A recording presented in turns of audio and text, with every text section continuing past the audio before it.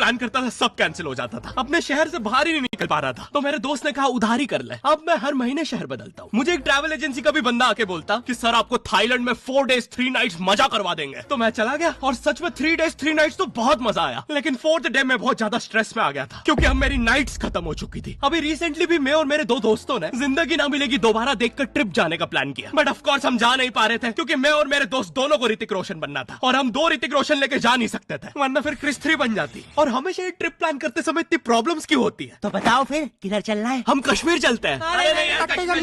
हमें शिमला जाना चाहिए।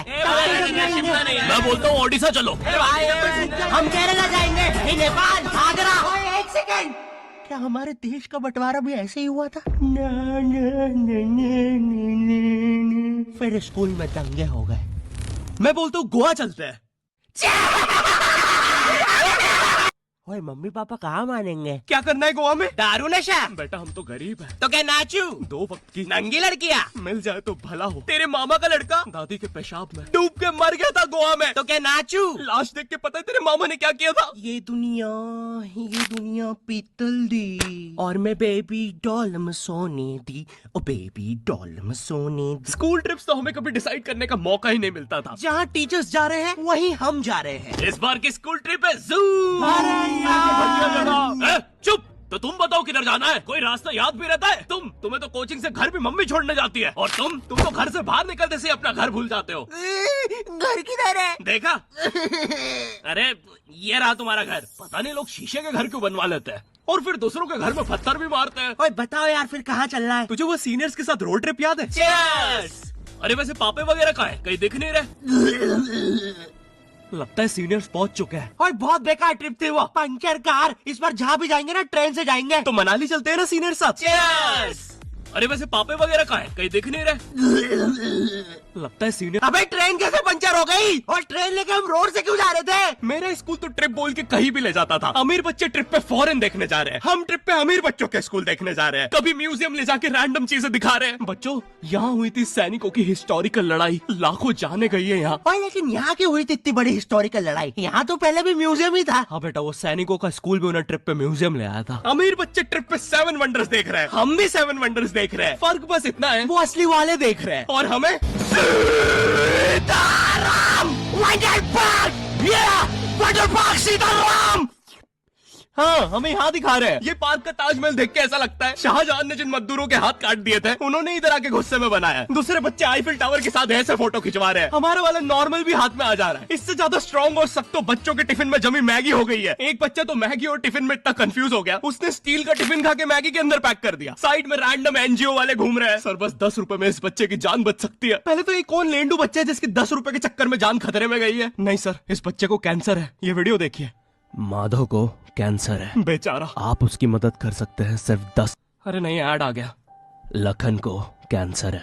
अरे ये भीख मंगे लोगों के ऐड। 10 रुपए में मिल सकती है लखन को एक नई जिंदगी। अरे मेरा देगा इस गंजे को 10 रुपए। शक्ल देखो इसकी, क्या कुछ भी आता रहता है। लखन को, अबे माधव को मिलेगी एक नई जिंदगी। प्लीज भाई साहब, माधव को बचा लीजिए। हम स्कूल ट्रिप अक्सर बसों में ही जाते थे और मेरी स्कूल बस तो ऐसी दिखती थी जैसे अभी दंगों से जल के आ रही है। बस के अंदर से नीचे का चक्का घूमते हुए दिख रहा है, कोई बच्चा इंजन में गिर के इवापोरेट हो गया है, कहीं से खिड़की का लोहा निकला हुआ है। एक बार बस का एक्सीडेंट हो गया, बाहर के लोग सेफ थे, अंदर के मर गए थे। और पीछे की सीट, भाई यहाँ पे बैठने के अलावा सब कुछ होता है। लड़ाई, मोहब्बत, उल्टी, फिर सब साथ में। फाइनल करते हैं हम नेपाल जा रहे हैं। अरे नहीं, मैं वहाँ बचपन में गया था। तो नैनीताल? नहीं, बचपन में। आगरा? बचपन में। राजस्थान? बचपन। अबे कहाँ गया तू बचपन में?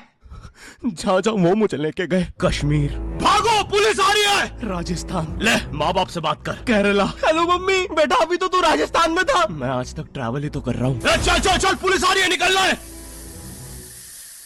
हमने कभी नोटिस क्यों नहीं किया अनिल के पैरों में चेन बंदी होती थी? मुझे ना स्कूल ट्रिप्स बस में जाना कभी पसंद नहीं है। शुरू करो अंताक्षरी लेके प्रभु का लाल दुपट्टा उड़ गया रे मेरे हवा के झोंके।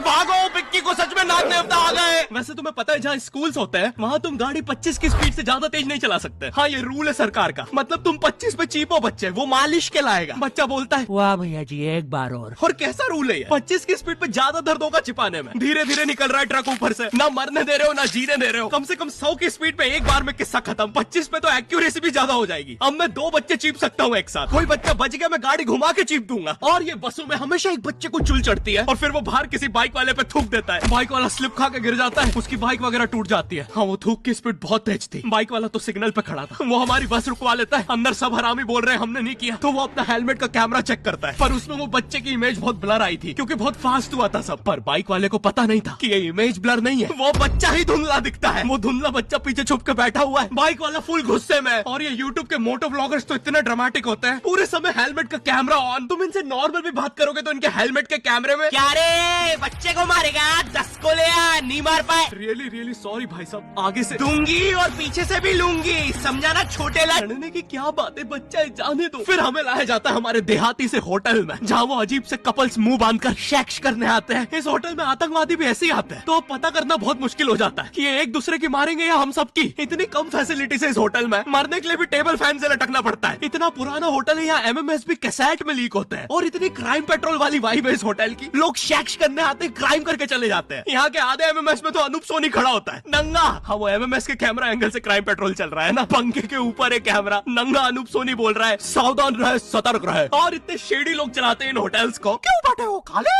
बजाओ ताली।